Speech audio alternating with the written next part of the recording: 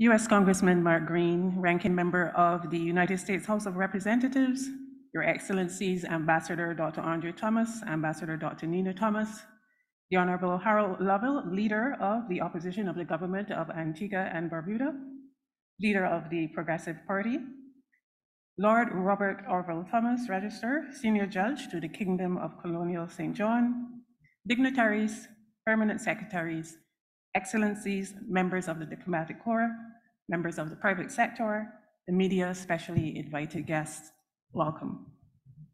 Today marks another significant step towards economic development within the Caribbean with the launch of the Caribbean Investment Summit that will spotlight today's significant venture opportunities that will be brought to bear throughout the region towards the enablement of growth that will not only impact the trajectory of nations, but will see the realization of strong socioeconomic and sustainable development that's promised to create a better society for all that are involved. The Caribbean Investment Summit 2022 is brought to you and hosted by Leadership Outside Consulting, a global leadership organization with a mission to coach and train a critical mass of cutting-edge leaders in the 12 spheres of leadership for business and advancement, in association with Upturn Funds New York and Upturn Funds Caribbean, and with the kind compliments of our sponsor, the Republic Bank. As we progress today, we will learn more about all the facets of Upturn Funds, its story, its opportunities that will be presented to you today. I now invite our co-host for the rest of the program, Ms. Sarah Nangu, CEO of Pleon Limited Trinidad and Tobago, who will be joined later in the program by Omaima David. Thank you, ladies and gentlemen. Enjoy today's session. Thank you.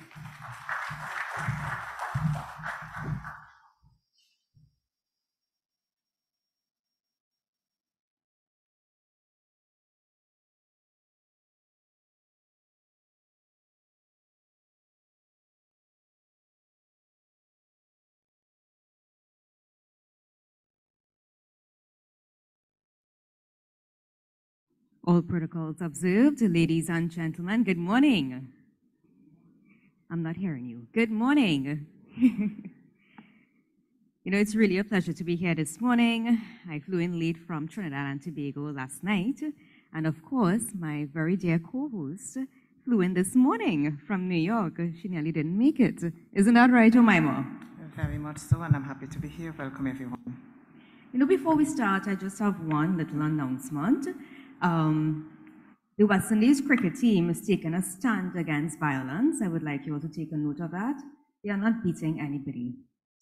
So, we just have to deal with it this morning.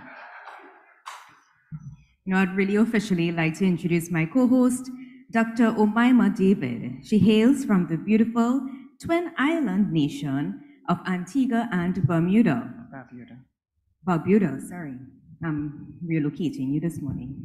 A regionalist at heart, she's deeply committed to advancing the development of the Caribbean region and its people, including the diaspora.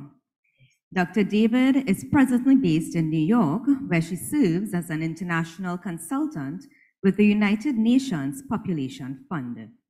She has over 18 years' experience in the Foreign Service and have served as senior diplomat for her country. She has also led several CARICOM diaspora initiatives, including Caribbean Diaspora Disaster Relief and Recovery Coalition. Dr. David has a PhD in psychology.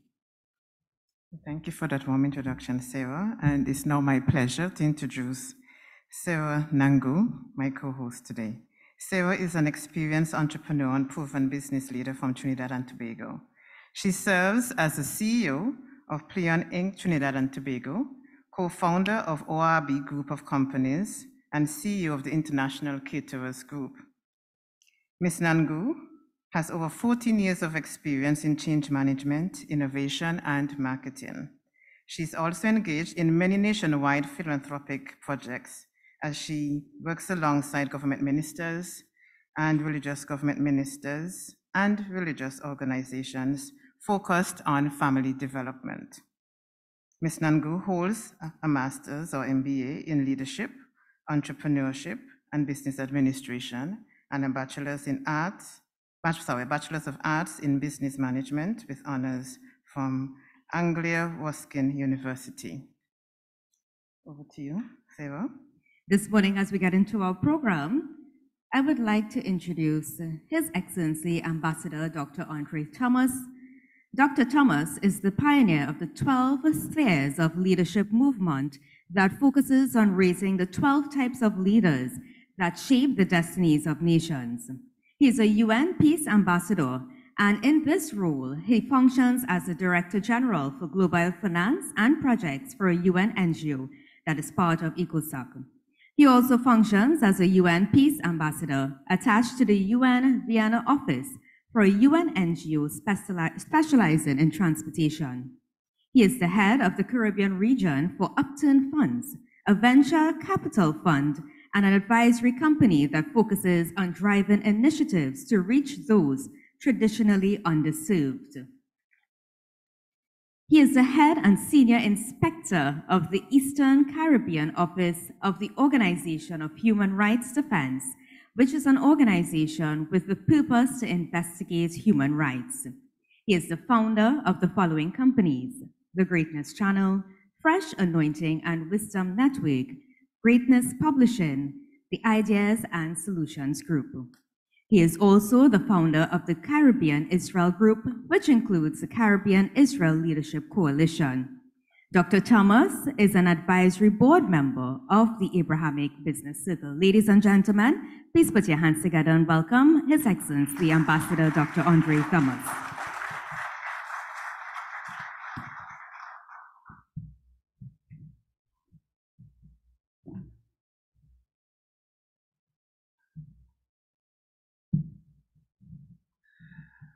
Good morning, everybody.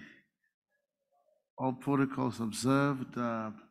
This event has been the culmination of a vision and a dream to really bring an investment conference that really dealt with the real issues that we face.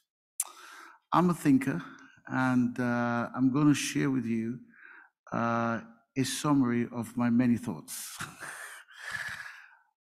I believe that if you study history and you study the way natural geography has evolved, and you look at the old world and the new world, there are cities all over the world in which the maps that they have are no longer relevant. So if you look at a city like Paris, there are maps of Paris in the 1800s that if you try to navigate around Paris with those maps right now, you're going to be very sincere, but you're going to get very sincerely lost. Okay, and this applies to cities all around the world in which you can use a map that no longer matches the current reality. Now, this does not only apply to geography or applies to locations within a city, it applies to every aspect of life, and it also applies to economics as well. And so within nations and within regions, we develop economic maps, mental maps, I call them. Some people use the word paradigm, but I prefer to use the word mental map. And one thing I've realized that it doesn't matter how sincere you are. If your mental map is wrong, you are going to arrive at the wrong location. I mean, I've even tried having the wrong mental map at home, and I ended up in the wrong location. So I just have you figure that out, because my wife's here. Okay, absolutely. So mental maps are crucial. They actually affect every aspect of life. Now, I am a person, I have no fear, I'm bold, but as anything I have any fear about is to have the wrong mental map in dealing with the situation. Because I know that regardless of my passion, Irregardless of my great intentions, I am not going to arrive at the destination that I have envisaged at the start of the journey. Now, within the Caribbean, we are dealing with a significant reality, and that is the mental maps for economic development for the last 10 years, 20 years have to change because the economic realities have changed. Now, what tends to happen is this. Economic realities can change, but the nations believe the best way we deal with this is to be more efficient in administration, more efficient in managing, and more efficient in asking for funding. I'm just being honest. I said I'm a thinker, so I watch these things. And but that's not going to help because the core issue has not been dealt with. Because the core issue is the economic landscape has changed. And except now, leaders who are very agile mentally, who see this and adapt, are those that survive these transitions. Now, one thing I've realized, if you study the evolution of mankind, when transitions are made, and animals don't transition, people don't transition, institutions don't transition, tribes don't transition, nations don't transition, they become fossils. They become extinct. So the failure to transition could cost you your existence. It's that serious when you really study. Now, these transitions do not ask us if we're ready for them. These transitions do not court us. These transitions are not, they just happen. They do not consult with us. They just happen. And so a significant economic transition is happening globally. There are tremendous geopolitical issues globally, but that's not my focus right now. I'm dealing with the Caribbean. And so when you look at the Caribbean, you realize that one of our major economic pillars, okay, which is tourism, it's very clear how susceptible it is in our current world. And in our current world, with climate change, with geopolitical conflicts, and the integration of the world in which a crisis in one country in Asia or say Europe can trigger a chain reaction around the world that can affect people's inclination to travel, then our vulnerability is significant. Our world is not as stable as it was before. Okay, so that's the reality. And so that is going to affect what? Travel. Now, I'm not saying that we don't nourish, we don't develop our tourism product. Absolutely. I mean, I'm in the Caribbean, it's one of the best places in the world to be in. But what I'm saying is that just like with cities around the world, they evolve. And so economically, we have to evolve.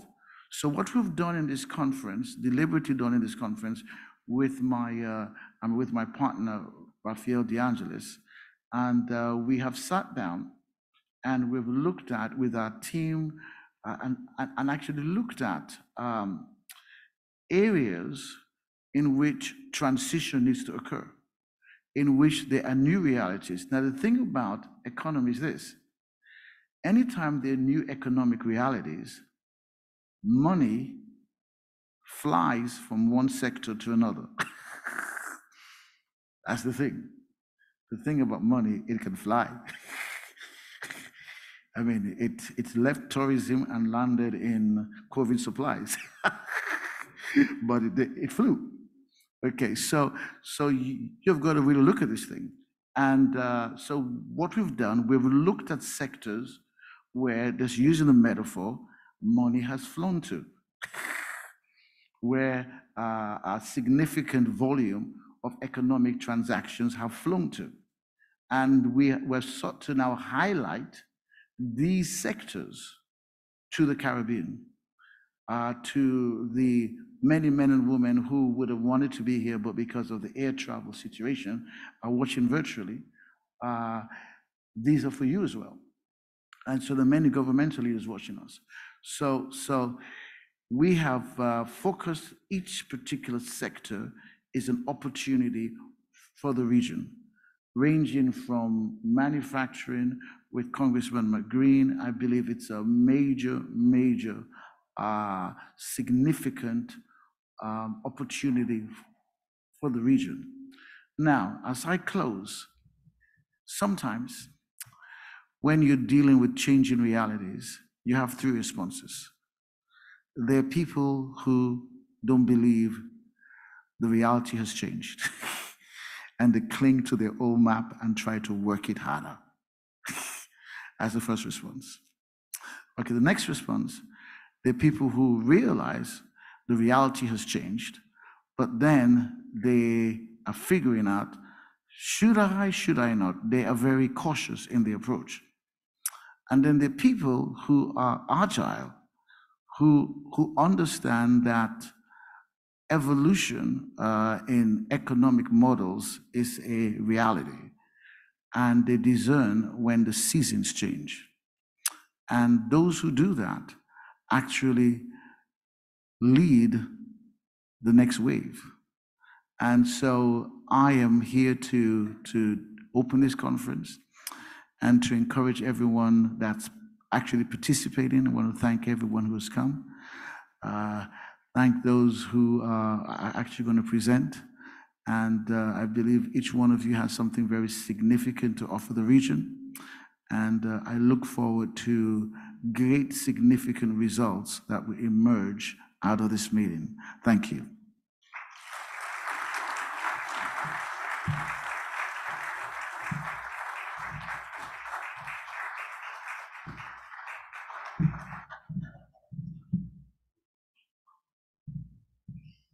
Thank you, Dr. Thomas, for declaring today's summit officially open. We want to take this time to also welcome and acknowledge those who are joining us via the virtual audience. And welcome to this Caribbean Investment Summit. Our next speaker for this morning's session is Raphael M. De Angelis. Raphael is a seasoned entrepreneur who brings decades of experience with projects that range from real estate, technology, and water treatment. He has served as co-creator of Greens and Plants and has developed real estate concepts in New York City. He is currently the chairman and CEO of Upturn Funds. In the interest of time, I would not proceed to read any more of his extensive bio. And so I invite you, ladies and gentlemen, to please join me in welcoming Raphael M. De Angelis to the podium.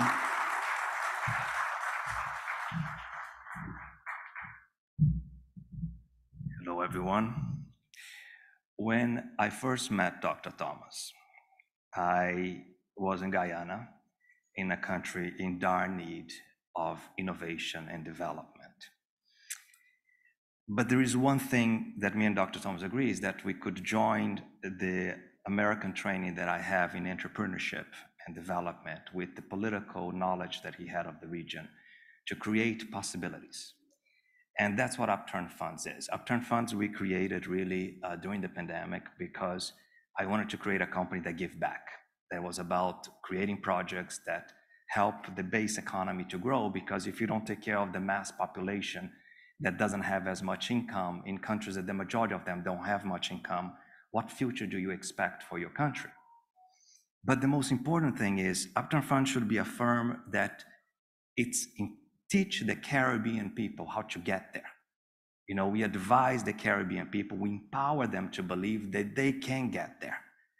And this is what we're really focusing to doing every day. So here it's a Dr. Thomas vision with our help to make and transform the region. Every video and every information that's been shared to you today has been checked, verified into our standards that we understand to be correct in the US, that there is a higher probability to trigger the development that we are seeking into housing, into business development, and also to bring the US interest align with the Caribbean interest, where there is a mutual beneficial between countries and regions.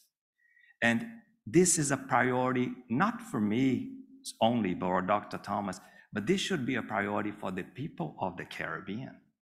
You know, you are more powerful than you think that you are. You just need to speak out loud that you want those things.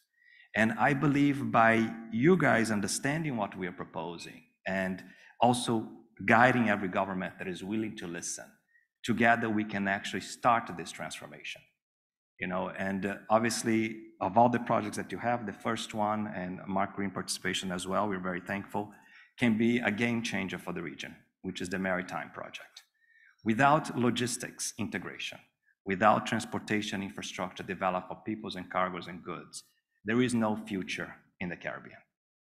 You know, tourism, it's something that no longer works in this region, and there is way better markets and more fit to be a more aggressive competitor in the tourism arena than many countries in the Caribbean. So, but we know that if we integrate the region, bring the region closer together, we have a shot here and actually create economic prosperity in a level never seen before. And we base this not only on the fact that we want to integrate, no, we actually went through many studies in many different regions around the world to show the average growth that that integration can generate. And it's based on that vision that me and Dr. Thomas carved and created, and understanding you guys need, and also the interest of many regions around the world, that we are presenting this for you here today. And welcome. Thank you.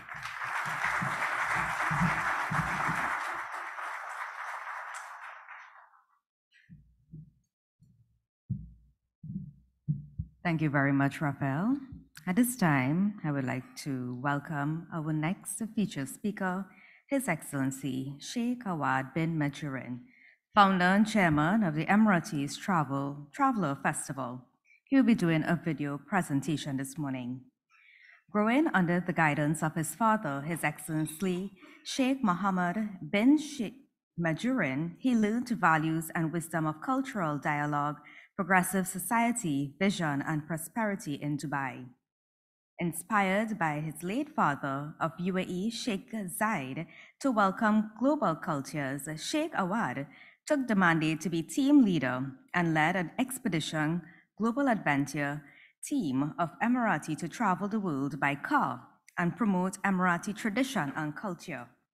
His education background is Bachelor of Science Management, Metropolitan State College of Denver is where he studied. He serves as a mentor to various royal families and serves in various humanitarian projects. He believes strongly the words of His Excellency and his dad, Sheikh Zayed, and also His Highness Sheikh Mohammed bin Rashid Al Maktoum, ruler of Dubai, the Prime Minister of UAE. There is no finish line in the race of excellence. Ladies and gentlemen, please welcome His Excellency Sheikh, and this will be a video presentation.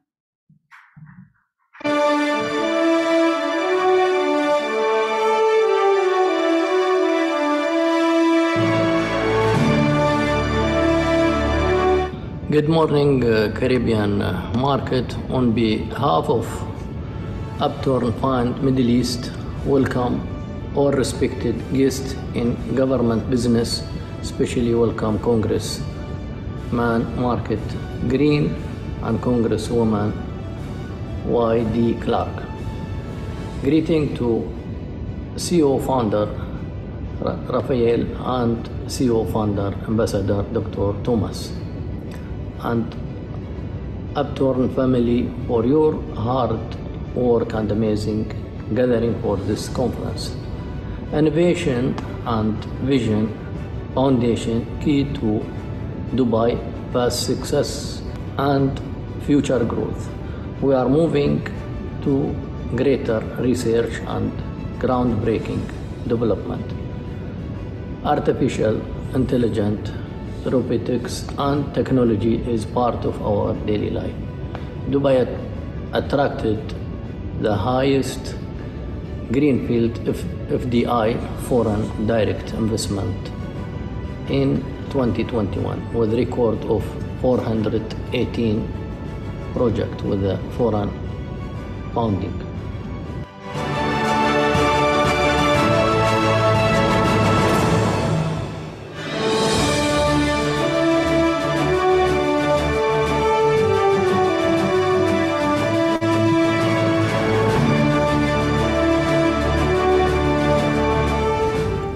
With our global business friendly environment and success to important markets across the Middle East and Africa and Asia, this has been main reason for investors to enjoy stable economic environment and amazing opportunity of supplying the clean and long with over quality of living in Dubai. Quick decision making and changing is over important for research destination to be ahead or behind in global transformation. I wish everyone all the best in Caribbean Conference, and also would like to invite you all guests and corporate to upturn and find in Dubai Investment Conference by 2020. Thank you very much.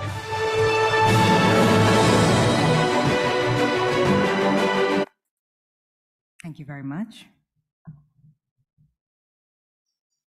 At this time, I would just like to mention a couple house rules.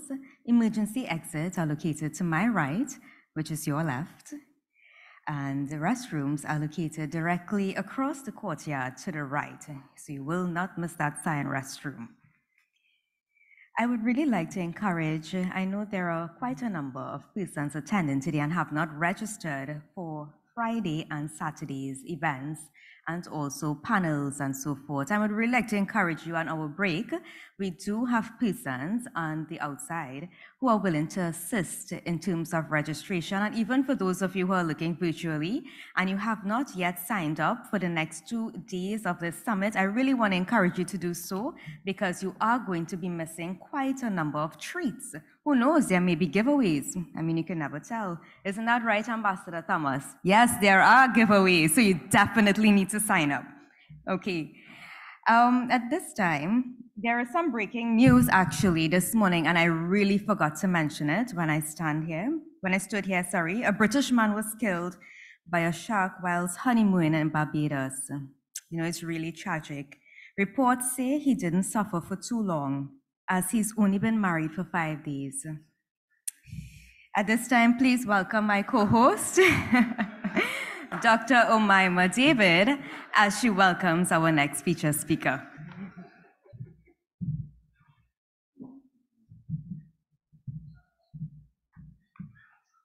Thank you, Sarah. That was funny.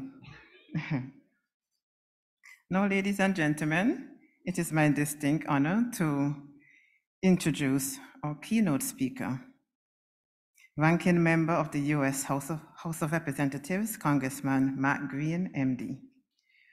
Congressman Matt Green first took the oath of office to represent the 7th District of Tennessee in Congress on January 3rd, 2019. As a successful business leader, decorated combat veteran, ER physician, and former Tennessee State Senator, Green is uniquely equipped to represent the people of his district. Throughout his tenure in government, Congressman Green has sponsored 24 pieces of legislation and co-sponsored 168 pieces of legislation over issues facing the people of Tennessee, from strengthening rural health care to holding China accountable, to supporting Gold Star families and bringing American businesses back home. Congressman Green's well-rounded background in business, healthcare, and the military has made him distinctly qualified to address such issues.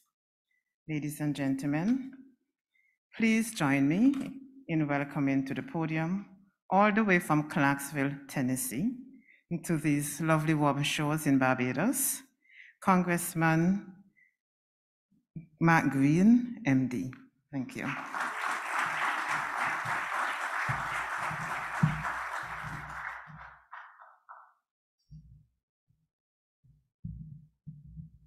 Well, good morning, everyone. How are you doing today? Is everybody well?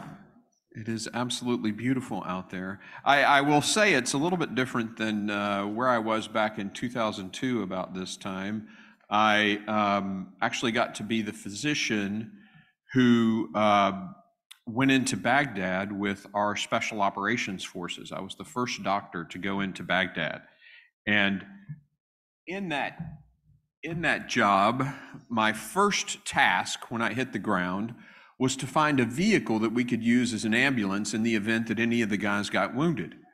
So I got into Baghdad and I started looking around and I found this Nissan pickup truck and I thought this would be a perfect ambulance for any of the guys if they get hurt. So I go over to the vehicle, I rip open the steering column, and I started hot wiring the truck. Now, I'm not a criminal, okay? They teach you this stuff in special operations. But just as I'm about to get the vehicle started, and by the way, this is all in accordance with the Geneva Convention. The United States reimbursed the Iraqis for all of this. But just as I'm about to get the vehicle started, this guy with a huge beard comes up, and he grabs me, and he spins me around. And a quick show of hands, has anyone here ever gotten caught stealing a car? Anybody? I thought I was a dead man, but he quickly told me the agency of our government that he worked for and that he'd already stolen that truck. That was his truck. So I start walking away thinking I've got to tell my SEAL team commander I have no vehicle as an ambulance.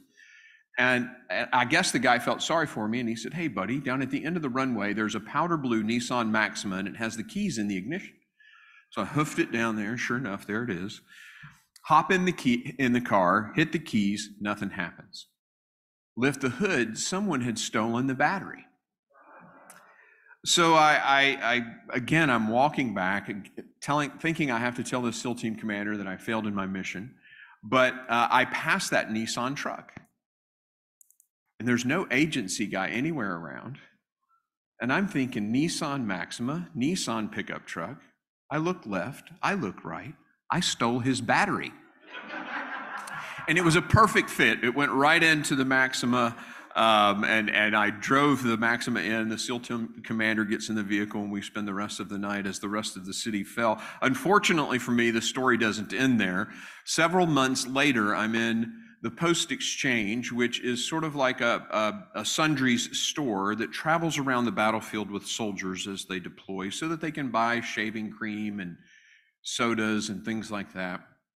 And as I'm in the checkout line, in walked that bearded agency guy. And he recognizes me. He makes a beeline straight to me, pokes his finger in my chest and says, "Hey buddy, did you steal my battery that night we came into Baghdad?" And I said, "Yes, sir, I'm a thief, but not a liar. I took your battery." He said, "No worries. I had taken that battery out of the Nissan Maxima I sent you down to go get." With that, the guy walked away. I never saw him again. But thank you so much for the opportunity to be here and to share a few thoughts with you. And I want to thank Upturn Funds for extending this invitation to bring me here and to this beautiful island. It is my first trip to Barbados.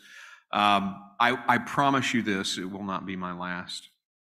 The United States and the nations of the Caribbean have a special relationship. We are not just neighbors, we're economic collaborators, security collaborators, and of course, partners.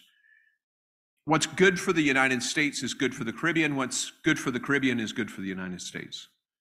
Unfortunately, for too long, U.S. foreign policy has largely ignored our neighbors in the Western Hemisphere, particularly the Caribbean.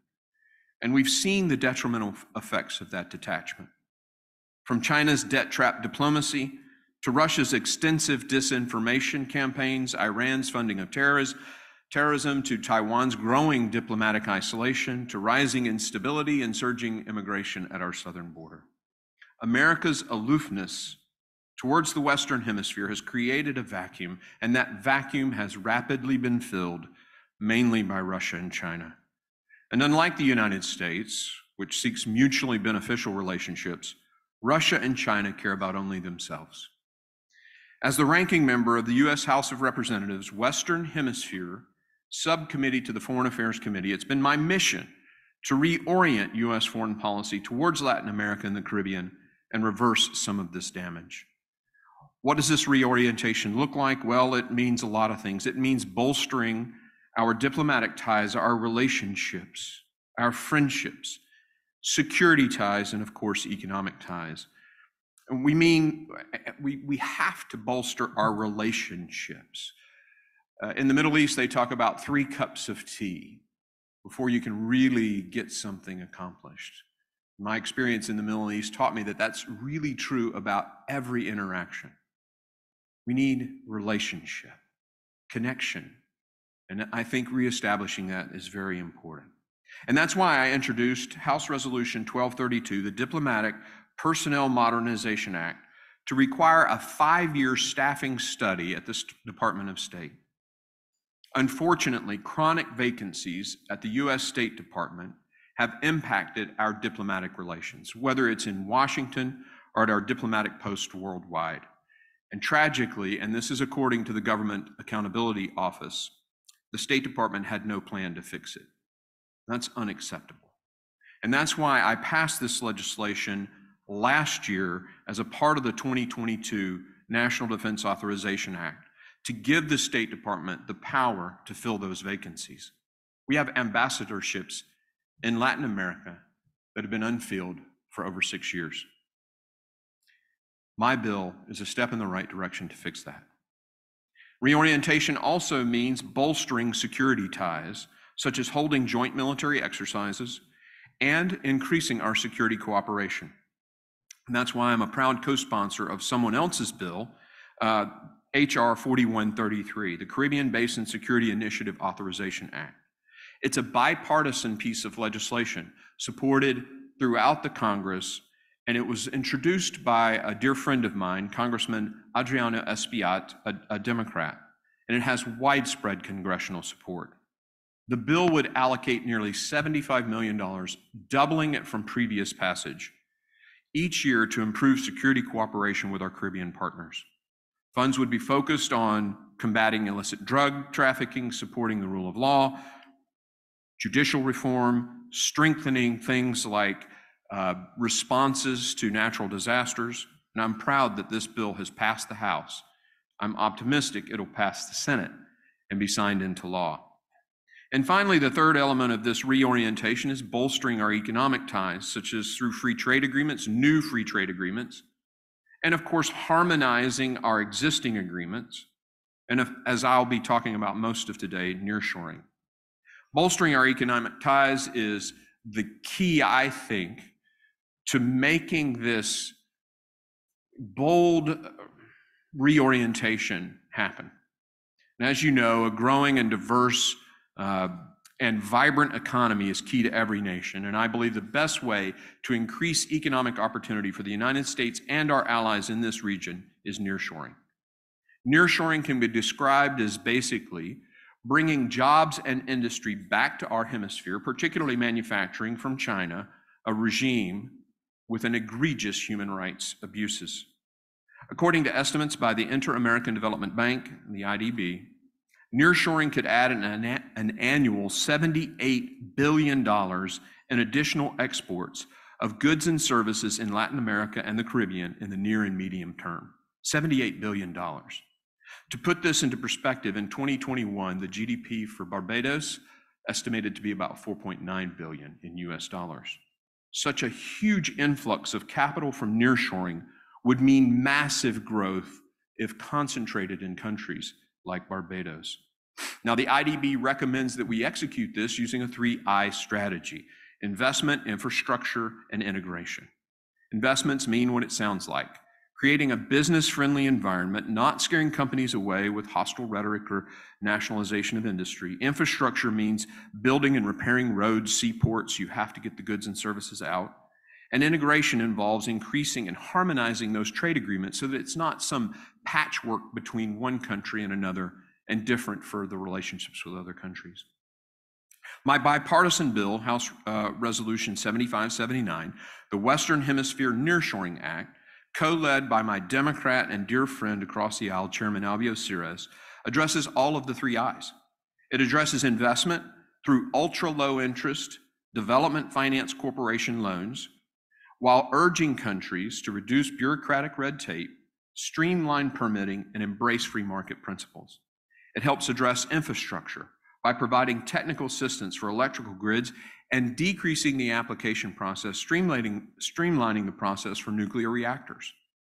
And it addresses integration by directing the U.S. Trade Representative to obtain trade agreements with our Western allies with whom we have no agreements. The bill is a win-win-win, and it makes American supply chains less vulnerable to communist China, and it will create more jobs and economic growth in Latin America and the Caribbean.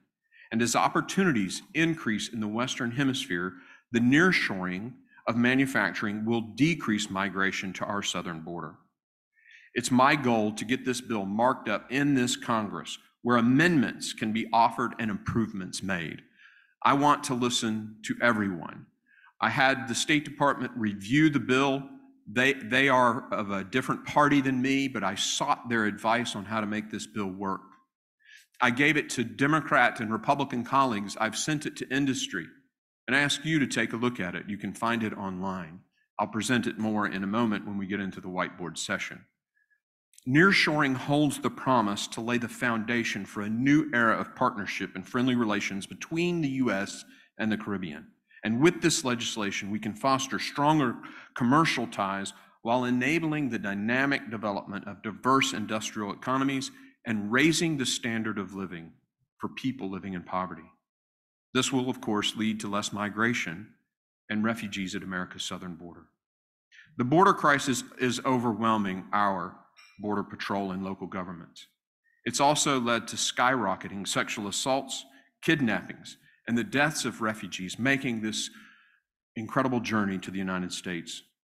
We have to address the root causes and stem the flow of this migration. As we face the challenge of bringing back manufacturing to the Western Hemisphere, the United States must look to empower our neighbors for our mutual benefit and long-term prosperity. The Chinese Communist Party harbors aggressive strategic ambitions and that start with dislodging the United States and creating an international world order that serves their interests. Through industrial espionage, forced technology transfer, extensive intellectual property theft, China and its network of state-sponsored enterprises have been able to corner the market on key industries. I don't blame countries for partnering with China. There are countries that have economic needs, opportunity needs. I understand, and we harbor no ill will, but understand this, investment from China comes with a price. Over the last few decades, many manufacturing jobs have left Latin America and the Caribbean, left the United States and gone to China. According to the Inter-American Development Bank, that's about $80 billion. China now controls the production of many essential resources in our supply chain. They also dominate the supply of strategic minerals, such as rare earth metals, and I understand Upturn has some presentation on that later in this conference. The world is also deeply dependent on China for medicine and medical supplies, such as PPE. 70% of the United States acetaminophen, Tylenol, comes from China. 50% of our penicillin comes from China. And China is the manufacturer of the pharmacologic precursors for the vast majority, thousands of drugs in the United States. Fortunately, the U.S. is taking steps to decrease our dependence on China. Instead, we want to offer a closer partnership with our allies in Latin America and the Caribbean. It'll take more than just action from the United States. We need partners, and we need to be a good partner. What does this mean in practice? Well, for starters, governments have to recognize that the private sector is the engine of job creation and economic growth. And I say this from experience. As a successful businessman, I founded and served as the CEO of an emergency medicine management company. I brought that company in just 8 years to over 200 million in annual revenue. We created basically 11 states.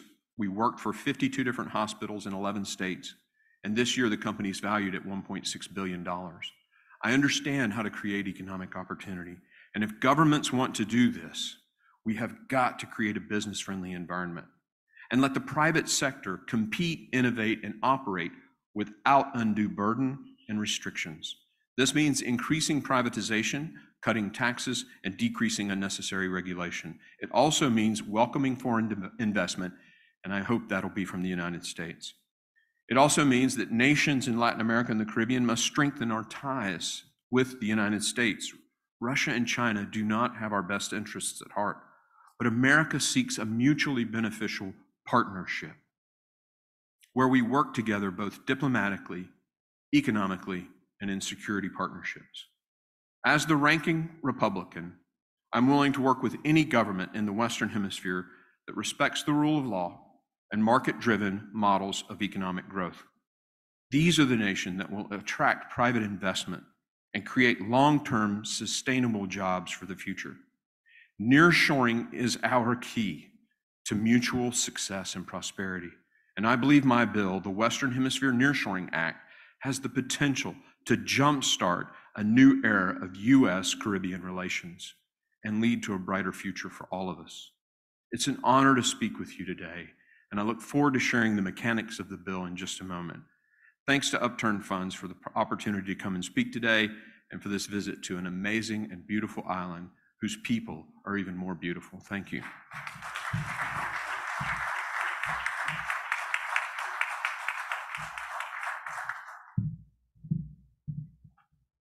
Thank you, U.S. Congressman Mark Green. Very, very captivating points in terms of becoming economic collaborators between the U.S. and the Caribbean, and also bolstering security ties and economic ties through a U.S. free trade agreement. Thank you so much for that.